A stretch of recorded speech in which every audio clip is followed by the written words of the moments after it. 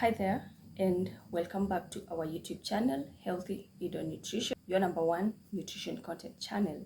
This channel is an educative platform that aims at guiding, educating, informing, and empowering you with information regarding nutrition. We help you make informed dietary choices while preventing, delaying, managing, and eradicating diet-related conditions. If you've been here before, thank you so much for engaging with our content.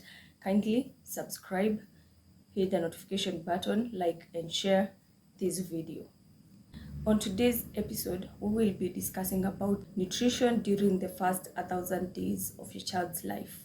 I am your host, Dorothy Kathini, a certified and licensed clinical nutritionist under the Kenya Nutritionist and Dietetics Institute. When we talk about the first 1,000 days of life, we refer to the period between 0 all the way to 2 years of your child's life. By 0, I mean from conception all the way to 2 years of your child's life. This period is very crucial in your child's growth or in a person's growth because it gets to determine their general well-being, health, and nutritional status in the future. Pregnant and lactating woman's nutrition during this period plays a big role in determining their child's future well-being.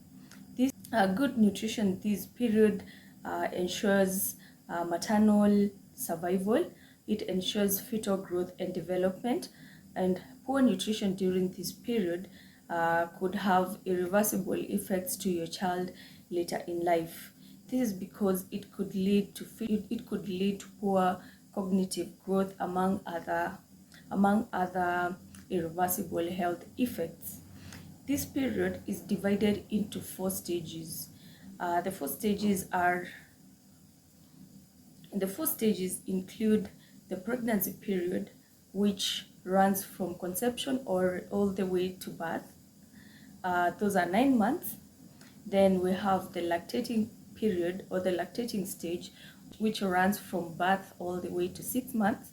We have now the third stage, which is introduction to solid foods, and it runs from 6 months all the way to 12 months. Then we transition fully to family foods from 1 year to 2 years. These 4 stages are very important in terms of nutrition in determining your child's future well-being, their cognitive development, because it is during this period, first 1,000 days, that brain development and physical growth occurs significantly. So a variety of nutrients are required during this period to ensure that your child's optimal growth occurs as required. During the first 2 stages of the first 1,000 days, maternal nutrition plays a key role, and this is because that your child relies 100% on maternal nutrition or the mother to get all the nutrients that they require for the optimal growth. During pregnancy, your child gets to absorb or gets food through the umbilical cord from their mother's diet. During pregnancy, you need to make sure that you're consuming a variety of nutrients and make sure that your food is rich in iron and folic acid, proteins as well, because these ones, they ensure, especially iron, they ensure that your child grows and there's fetal survival. It gets to prevent things like preterm birth, stillbirth, miscarriages. So you need to make sure that your nutrition and your general well-being during pregnancy is well nurtured. When it comes to lactation, this period now is where I'm going to major on exclusive breastfeeding from birth all the way to 6 months. And this is another period where the child is relying 100% on the mother, because there is nothing else that you're offering your child during this period except for breast milk. The mother needs to make sure that they are consuming a balanced diet and an extra meal so that they don't deplete their nutrient stores. So they need to make sure that they are eating a surplus so that they may be able to meet their own needs and those of their growing infant. So during this period as well, the general well-being of the woman is very important to be well taken care of. The stress level here need to be minimal, because if a lactating woman or a lactating mother is stressed, it gets to suppress production of breast milk, and this is now going to make to make you as the lactating mother have insufficient breast milk to be able to give sufficient breast milk to your child all the way to 6 months, because during this period mixed feeding is not encouraged.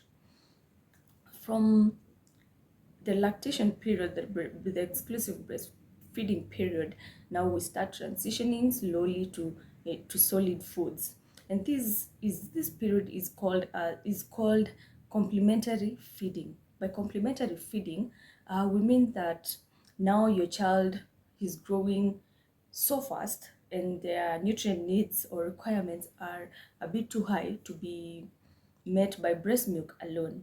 Now this is now where introduction of solid food comes in, so that it can meet or it can fill the gap that breast milk is not filling. Again, this period you need to make sure that you're giving your child a variety of nutrients.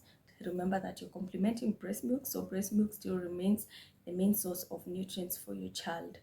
Make sure that you give small frequent meals, but if you're starting, just do like 2 meals per day during this period of introduction of solid foods. From introduction of solid foods all the way to 1 year, now we transition fully to family foods. From 1 year, your child is now able to eat the same food as the family. Make sure that your family foods are well balanced, so that you continue giving your child a balanced diet. Now, those are the 4 stages that are mainly required during this period.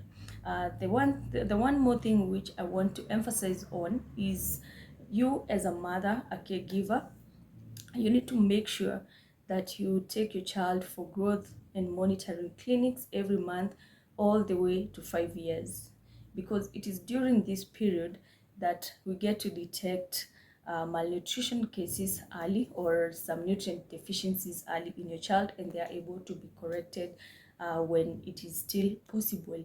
Because I've seen mothers, they take their child to clinic all the way to 14 weeks when they know that there is immunization. From 14 weeks, they don't show up again, all the way to 6 months when they're coming for vitamin A supplementation.